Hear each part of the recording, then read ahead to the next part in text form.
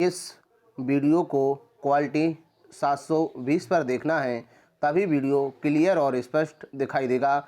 इस वीडियो की screen zoom करके 1.5 पे देखना है तो पूरा वीडियो दिखाई देगा, कटा हुआ महसूस नहीं होगा।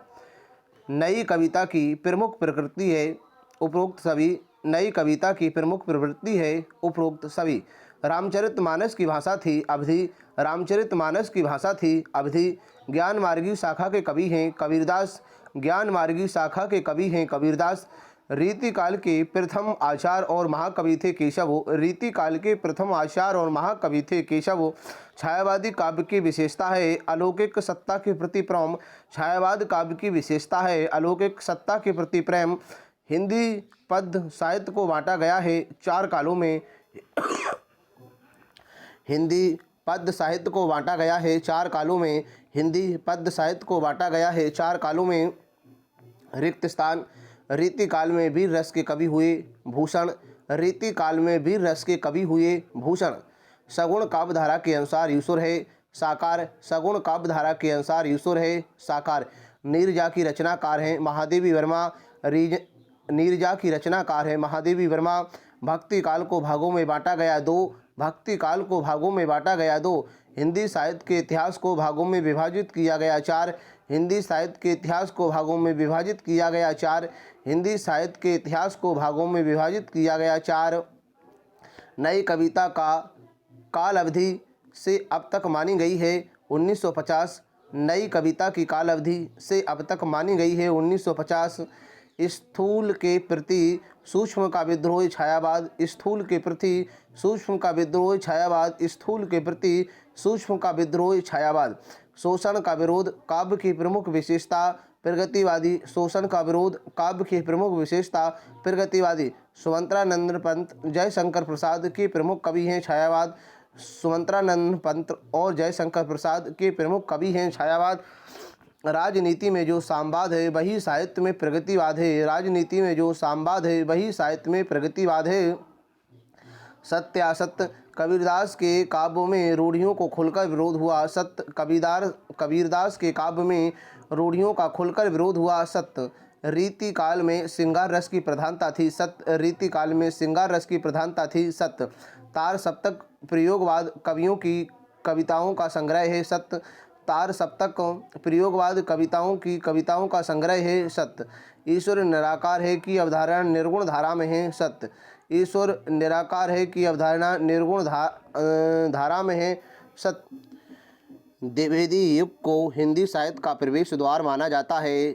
असत्य द्विवेदी युग को हिंदी साहित्य का प्रवेश द्वार माना जाता है। असत्य मीराबाई कृष्ण की अनन्य भक्ति। सत्य मीराबाई कृष्ण की अनन्य भक्ति। सत्य गजानन माधव मुक्तिबोध रीतिकाल के प्रमुख कवि हैं। सत्य गजानन माधव मुक्तिबोध रीतिकाल के प्रमुख कवि हैं। सत्य शोषकों के प्रति घृणा और शोषितों के प्रति करुणा प्रगतिवाद है। सत्य शोषकों के प्रति घृणा और शोषितों के प्रति करुणा प्रगतिवाद है। सत्य जोड़ी छायावाद के प्रवर्तक कवि जयशंकर प्रसाद। छायावाद के प्रवर्तक कवि जयशंकर प्रसाद। छायावाद के प्रवर्तक कवि जयशंकर प्रसाद।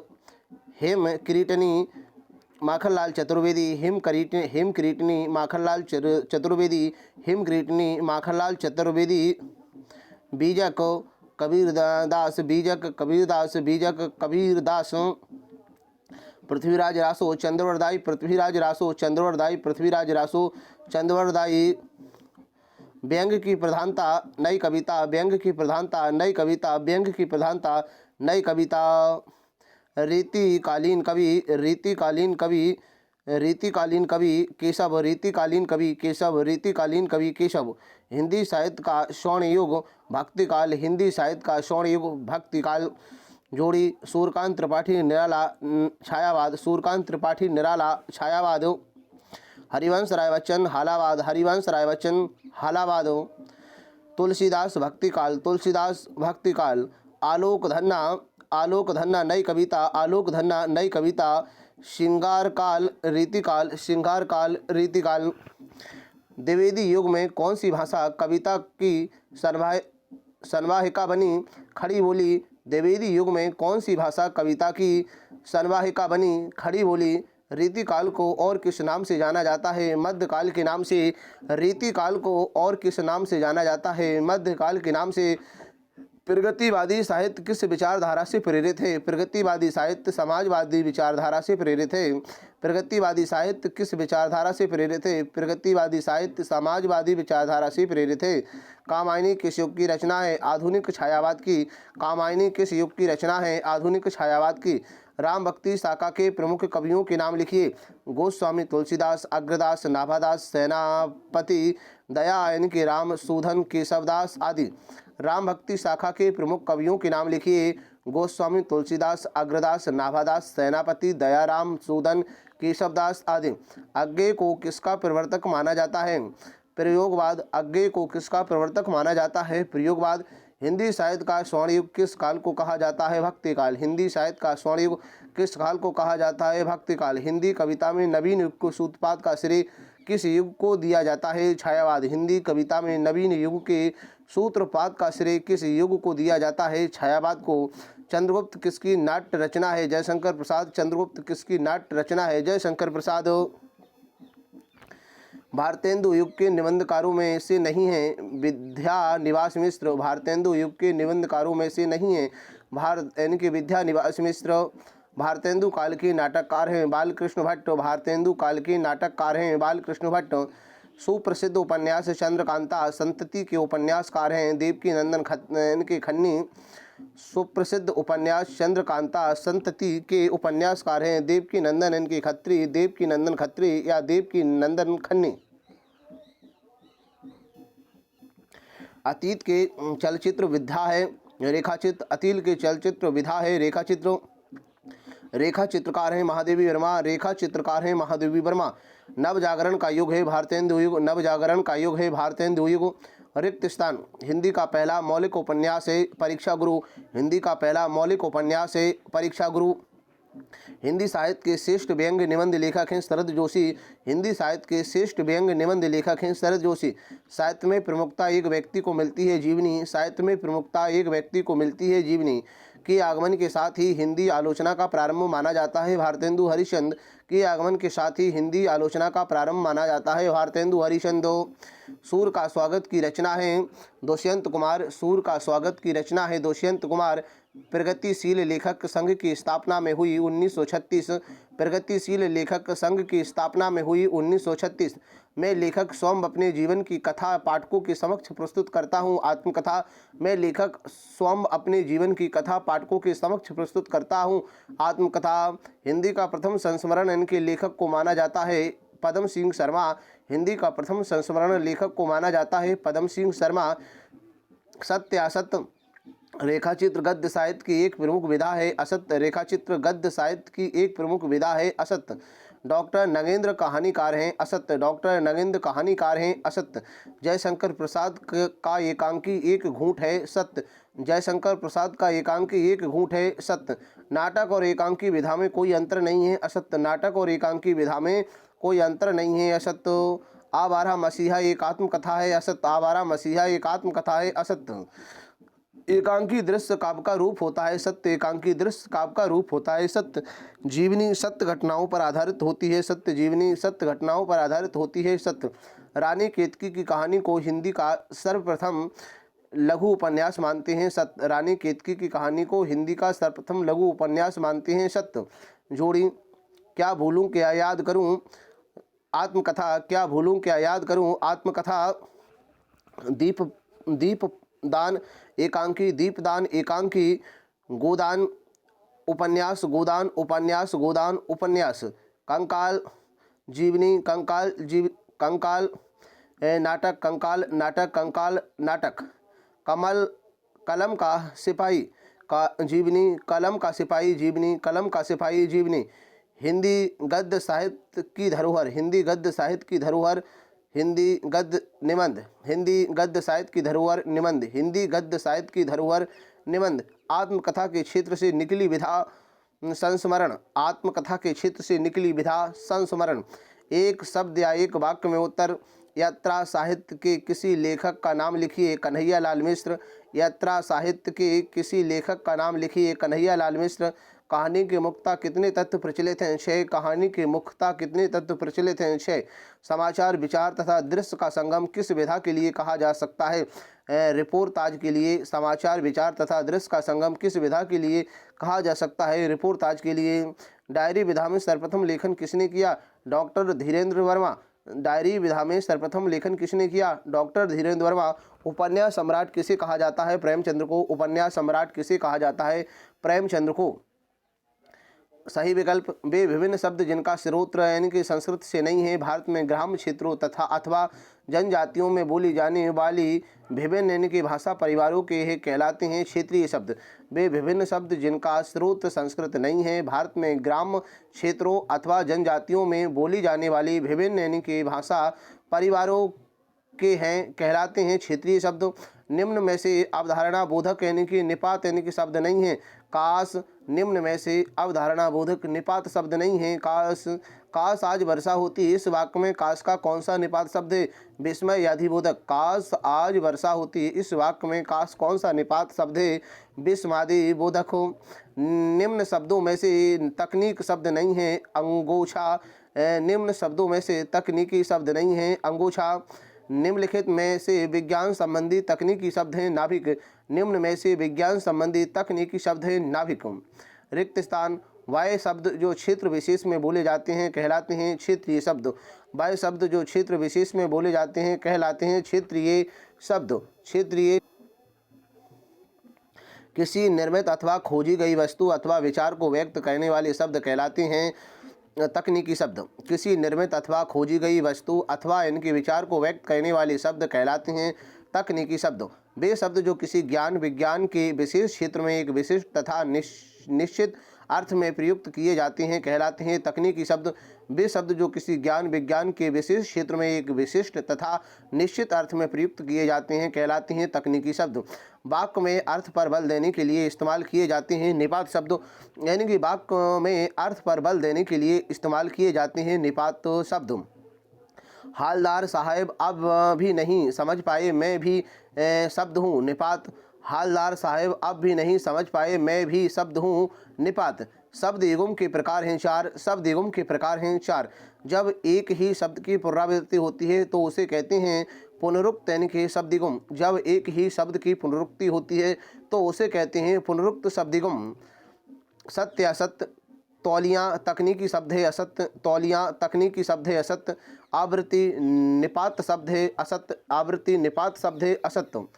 गुरुत्वाकर्षण तकनीकी शब्द है सत्य। गुरुत्वाकर्षण तकनीकी शब्द है सत्य। गुरुत्वाकर्षण तकनीकी शब्द है सत्य। वाणिज्य संबंधी शब्द तकनीकी शब्द है सत्य। वाणिज्य संबंधी शब्द तकनीकी शब्द है सत्य। वाणिज्य संबंधी शब्द तकनीकी शब्द हैं सत्य। ही तो भी तक आदि निपात शब्द हैं सत्य। ही तो भी तक आदि निपात शब्द हैं सत्य। जोड़ी। स्वीकार्य निपात शब्द शब्दों से मेलजोल। स्वीकार्य निपात शब्द शब्दों से मेलजोल। निषेधात्मक निपात शब्द नहीं जी नहीं। निषेधात्मक निपात शब्द नहीं जी नहीं। यानी कि नकारार्थक निपात शब्द। नकारार्थक निपात शब्द यानी कि मत। नकारार्थक निपात शब्द मत। प्रश्नबोधक यानी कि निपात शब्द क्या कब। प्रश्नबोधक निपात शब्द क्या कब। विस्मयादि निपात शब्द। विस्मयादि निपात शब्द यानी कि काश काश की। विस्मयादि निपात शब्द काश काश की। शब्दगम यानी कि शब्दगम शब्दों से मेलजोल। शब्दगम शब्दों से मेलजोल। शब्दगम शब्दों से मेलजोल। शब्दगम शब्दों से मेलजोल। स्वीकार्य निपात शब्द हाँ जी जी हाँ। स्वीकार्य निपात शब्द हाँ जी जी हाँ। ए उत्तर एक शब्द या वाक्य में तकनीकी शब्द अंग्रेजी के किस शब्द का हिंदी पर्याय है? टेक्निकल। तकनीकी शब्द अंग्रेजी के किस शब्द का हिंदी पर्याय है? टेक्निकल। भौतिक विज्ञान में प्रयुक्त 3 तकनीकी शब्द लिखिए। गुरुत्वाकर्षण वेग आवृत्ति। भौतिक विज्ञान में प्रयुक्त 3 तकनीकी शब्द लिखिए। गुरुत्वाकर्षण वेग आवृत्ति। धार्मिक कृत्य एवं कर्मकांड में प्रयुक्त तकनीकी शब्द लिखिए। यज्ञ संकल्प। धार्मिक कृत्य एवं कर्मकांड में प्रयुक्त तकनीकी शब्द लिखिए। यज्ञ संकल्प। 5 क्षेत्रीय शब्द लिखिए। खचाखच, ढोर, खटिया, फटाफट, मुक्का। 5 क्षेत्रीय शब्द लिखिए। खचाखच, ढोर, खटिया, फटाफट, मुक्का। तुमने अपने आने की खबर तक नहीं दी। इस वाक्य में निपात शब्द लिखिए तक। तुमने अपने आने की खबर तक नहीं दी। इस वाक्य में निपात शब्द लिखिए तक। तकनीकी शब्द का दूसरा नाम क्या है? परिभाषिक शब्द। तकनीकी शब्द का दूसरा नाम क्या है? परिभाषिक शब्द। इगुम का अर्थ क्या है? जोड़ना। इगुम का अर्थ क्या है? जोड़ना। पुनरुक्त शब्द इगुम के उदाहरण हैं धीरे धीरे, पास पास। पुनरुक्त शब्द इगुम के उदाहरण हैं धीरे धीरे, पास पास। अनुकरणात्मक शब्द इगुम के उदाहरण लिखिए। दाल बाल, रोटी बोटी। अनुकरणात्मक शब्द इगुम के उदाहरण लिखिए। दाल बाल, रोटी बोटी। जब पहले शब्द के अनुकरण पर दूसरा शब्द इनके गढ़ इनके लिया जाता है तब शब्द इगुम कहलाता है अनुकरणात्मक। जब पहले शब्द के अनुकरण पर दूसरा शब्द गढ़ लिया जाता है तब शब्द इगुम कहलाता है अनुकरणात्मक। अनुसरणात्मक शब्द इगुम की परिभाषा व उदाहरण दीजिए। जब दोनों ही शब्द एक दूसरे पर निर्भर होते हैं तो उसे अनुसरणात्मक शब्द इगुम कहते हैं। उदाहरण फटाफट, तड़ातड़। अनुसरणात्मक यानी कि शब्द इगुम की परिभाषा व उदाहरण दीजिए। जब दोनों ही शब्द एक दूसरे पर निर्भर कर रहते हैं तो उसे अनुसरणात्मक शब्द इगुम कहते हैं। उदाहरण फटाफट, तड़ातड़। भिन्न वर्तनी उच्चारण वाले शब्द इगुम के उदाहरण लिखिए। आदि, व्याधि, अस्त्र शस्त्र, सिद्धि, ऋषि, सिद्धि। भिन्न वर्तनी उच्चारण वाले शब्द इगुम के उदाहरण लिखिए। आदि, व्याधि, अस्त्र शस्त्र, इनके, रिद्धि, सिद्धि। शब्दों के अर्थपूर्ण समूह को क्या कहा जाता है? वाक्य। शब्दों के अर्थपूर्ण समूह को क्या कहा जाता है? वाक्य। अर्थ की दृष्टि से वाक्य के भेद होते हैं 8। अर्थ की दृष्टि से वाक्य के भेद होते हैं 8। रचना के आधार पर वाक्य के भेद होते हैं 3। रचना के आधार पर वाक्य के भेद होते हैं 3। बोले जिस वाक्य में एक ही संज्ञा और क्रिया का प्रयोग होता है उसे कहते हैं सरल वाक्य। जिस वाक्य में एक ही संज्ञा और क्रिया का प्रयोग होता है उसे कहते हैं सरल वाक्य। ऐसे वाक्य जिनमें प्रार्थना, इच्छाएं, आशीष प्रकट होता है कहलाते हैं इच्छावाचक। ऐसे वाक्य जिनमें प्रार्थना, इच्छाएं, आशीष प्रकट होता है कहलाते हैं इच्छावाचक। यानी कि मानव के विचारों को प्रकट करने वाला सार्थक शब्दों को व्यवस्थित समूह कहलाता है वाक्य। मानव के विचारों को प्रकट करने वाला सार्थक यानी कि शब्दों का व्यवस्थित समूह कहलाता है वाक्य। वह अच्छा खेलता परंतु हार गया, यह वाक्य एक संयुक्त वाक्य। वह अच्छा खेला परंतु हार गया, यह वाक्य है एक संयुक्त वाक्य। पूरे संसार जगत में ईश्वर व्याप्त है, वाक्य में अशुद्धि है पुनरुक्ति संबंधी। पूरे संसार जगत में ईश्वर व्याप्त है, वाक्य में अशुद्धि है पुनरुक्ति संबंधी। हमें पानी दो का शुद्ध रूप है मुझे पानी दो। हमें पानी दो का शुद्ध रूप है मुझे पानी दो। रिक्त स्थान वाक्य है सार्थक शब्द समूह। वाक्य है सार्थक शब्द समूह। वह कहाँ गया है वाक्य है प्रश्नवाचक। वह कहाँ गया है वाक्य है प्रश्नवाचक। जिस वाक्य में एक उद्देश्य तथा एक विधि होता है उसे कहते हैं सरल वाक्य। जिस वाक्य में एक उद्देश्य तथा एक विधि होता है उसे कहते हैं सरल वाक्य। जब मूल वाक्य के साथ एक या अधिक वाक्य और भी मिले होते हैं तब वह कहलाता है मिश्र वाक्य। जब मूल वाक्य के साथ एक या अधिक वाक्य और भी मिले होते हैं तब वह कहलाता है मिश्र वाक्य। हाय मैं लुट गया वाक्य है यानी कि विस्मयादि बोधक वाक्य। हाय मैं लुट गया वाक्य है विस्मयादि बोधक वाक्य। सत्य असत्य का चयन कीजिए। वर्षा के आने पर पानी भर जाता है साधारण वाक्य है सत्य। वर्षा के आने पर पानी भर जाता है साधारण वाक्य है सत्य। शब्दों के सार्थक समूह को वाक्य नहीं कहते हैं असत्य। शब्दों के सार्थक समूह को वाक्य नहीं कहते हैं असत्य। हरि आया परंतु वह उस पुस्तक को नहीं लाया जो मैंने मंगवाई थी संयुक्त वाक्य है सत्य। हरि आया परंतु वह उस पुस्तक को नहीं लाया जो मैंने मंगवाई थी संयुक्त वाक्य सत्य। निषेधात्मक वाक्य में प्रश्न किया जाना आवश्यक है असत्य। निषेधात्मक वाक्य में प्रश्न किया जाना आवश्यक है असत्य। आहा तुम आ गए आज्ञावाचक वाक्य है असत्य। आहा तुम आ गए आज्ञावाचक वाक्य है असत्य। श्री कृष्ण के अनेक नाम हैं असत्य। श्री कृष्ण के अनेक नाम हैं सत्य। वह एक फूलों की माला लाया असत्य। वह एक फूलों की माला लाया असत्य। निरपराधी को दंड देना अनुचित है असत्य। निरपराधी को दंड देना अनुचित है असत्य। मोहन बाजार जाओ आज्ञावाचक वाक्य। मोहन बाजार जाओ आज्ञावाचक वाक्य। तुम यहाँ आओ आज्ञावाचक। तुम यहाँ आओ आज्ञावाचक। अर्थ के आधार पर वाक्य के प्रकार।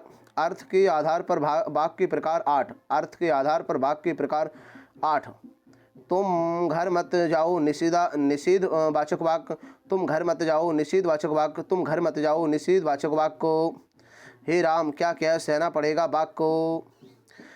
मिश्रित वाक्य, हे राम क्या क्या सहना पड़ेगा। वाक्य मिश्रित वाक्य को विचार व्यक्त करने वाला शब्द हो, यानी कि वाक्य विचार व्यक्त करने वाला शब्द हो। वाक्य राम घर आया और सो गया, राम घर आया और सो गया संयुक्त वाक्य, राम घर आया और सो गया संयुक्त वाक्य। मेरे पास जो साइकिल है वह टूटी है, मेरे पास जो साइकिल है वह टूटी है मिश्रित वाक्य, मेरे पास जो साइकिल है वह टूटी है मिश्रित वाक्य। जोड़ी वे सज्जन पुरुष हैं, वे यानी कि पुनरुक्ति संबंधी अशुद्धि, वे सज्जन पुरुष हैं पुनरुक्ति संबंधी अशुद्धि। श्रीमान हलंत संबंधी अशुद्धि, श्रीमान हलंत संबंधी अशुद्धि। आप स्नान करो, आप स्नान करो क्रिया संबंधी अशुद्धि, आप स्नान करो क्रिया संबंधी अशुद्धि। राणा सांगा, राणा सांगा, राणा सांगा मात्रा संबंधी अशुद्धि, राणा सांगा या राणा सांगा मात्रा संबंधी अशुद्धि। एक शब्द या वाक्य में उत्तर, यदि मधु जानती तो जरूर मेरे घर आती, किस प्रकार का वाक्य है। मिश्र वाक्य, यदि मधु जानती तो जरूर मेरे घर आती, किस प्रकार का वाक्य है। मिश्र वाक्य। श्याम जा रहा है वाक्य किस प्रकार का है। विधानवाचक, श्याम जा रहा है वाक्य किस प्रकार का है। विधानवाचक। मिश्रित वाक्य का एक उदाहरण दीजिए। जैसे ही राम आया श्याम श्याम चल दिया। मिश्रित वाक्य का एक उदाहरण दीजिए। जैसे ही राम आया श्याम चल दिया।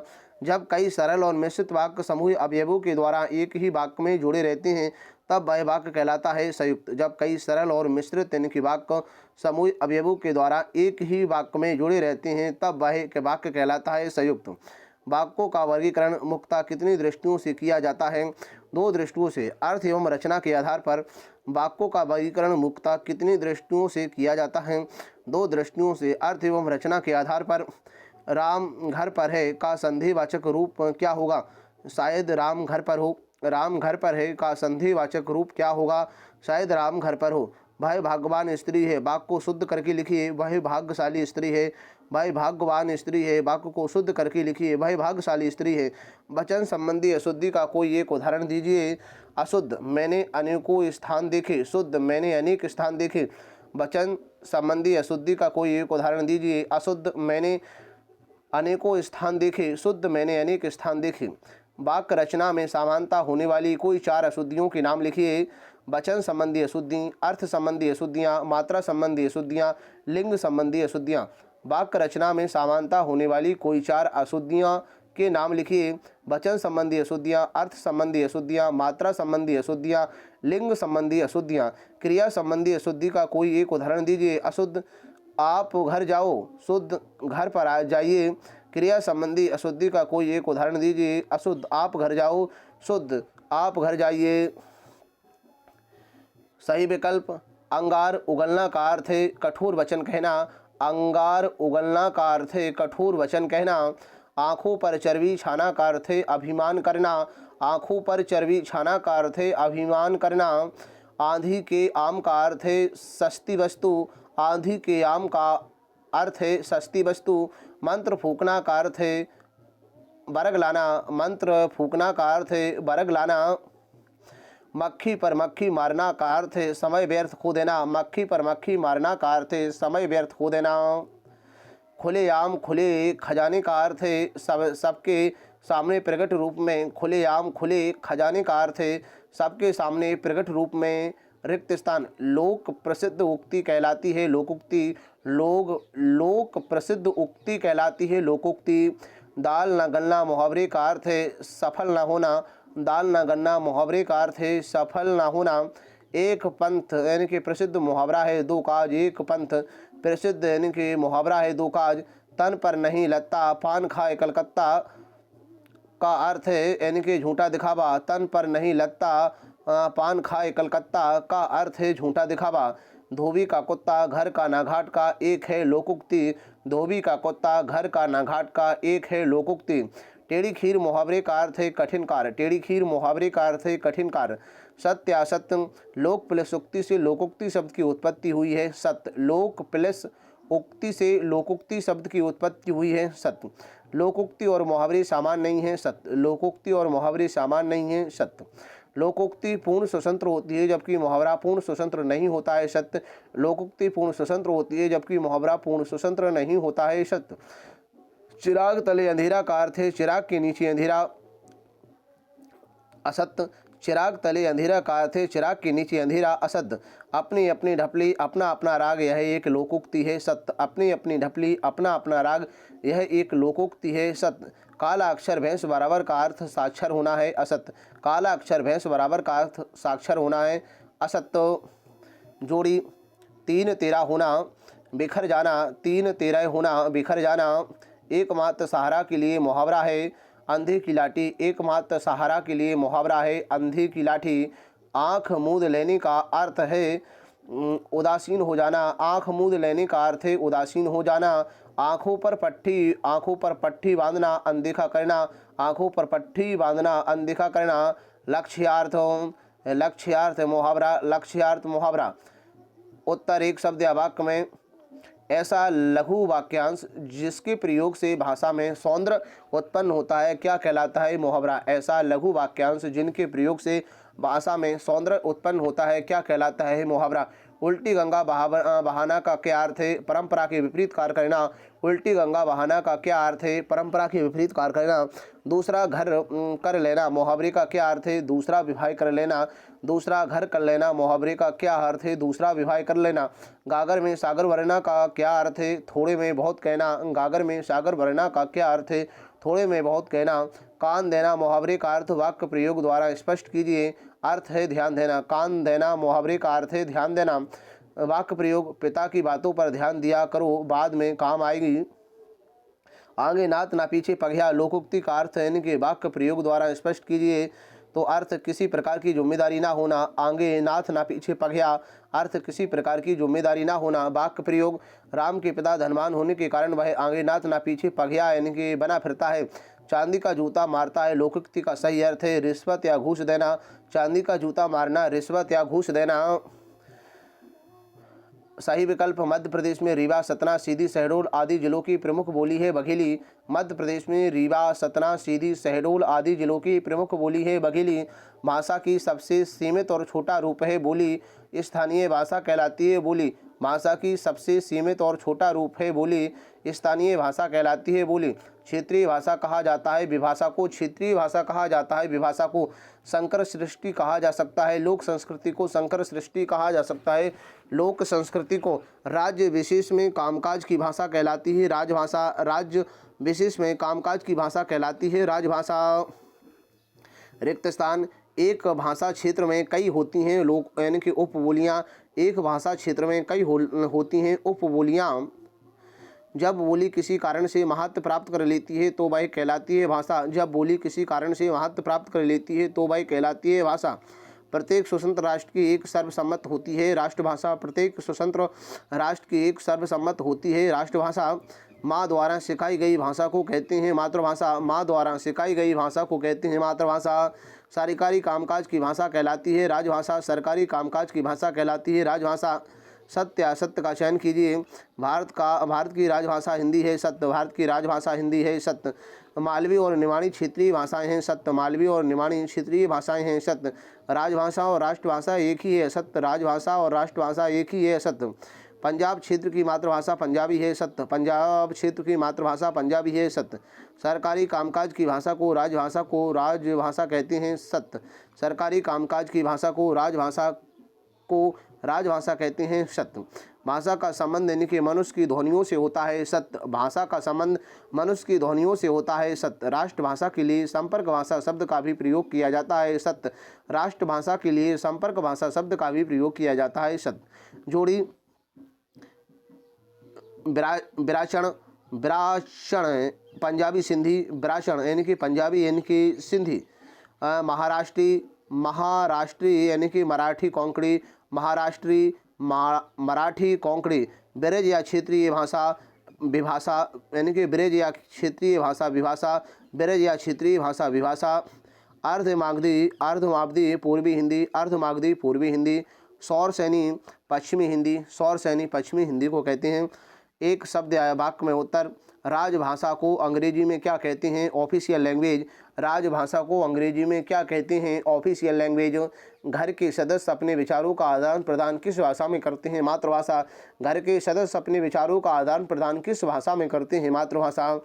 बघेली बोली किस क्षेत्र में बोली जाती है? रीवा, सतना, सीधी। अर्थात बघेलखंड क्षेत्र में। बघेली बोली किस क्षेत्र में बोली जाती है? रीवा, सतना, सीधी अर्थात बघेलखंड क्षेत्र में। लोकगीतों में अनिवार्य रूप से क्या होता है? सामूहिकता का भाव। लोकगीतों में अनिवार्य रूप से क्या होता है? सामूहिकता का भाव। माधवी बोली मध्य प्रदेश के किन किन जिलों में बोली जाती है? कोई दो जिलों के नाम लिखिए। तो देवास, इंदौर, धार, उज्जैन, रतलाम। मालवी बोली मध्य प्रदेश के किन किन जिलों में बोली जाती है? कोई दो जिलों के नाम लिखिए। देवास, इंदौर, धार, उज्जैन, रतलाम। सागर और छतरपुर में बोली जाने वाली क्षेत्रीय यानी कि भाषा कौन सी है? बुंदेली। सागर और छतरपुर में बोली जाने वाली क्षेत्रीय भाषा कौन सी है? बुंदेली। लहरों से डर के नौका पार नहीं होती, कोशिश करने वालों की कभी हार नहीं होती। कोशिश करने वालों की कभी हार नहीं होती।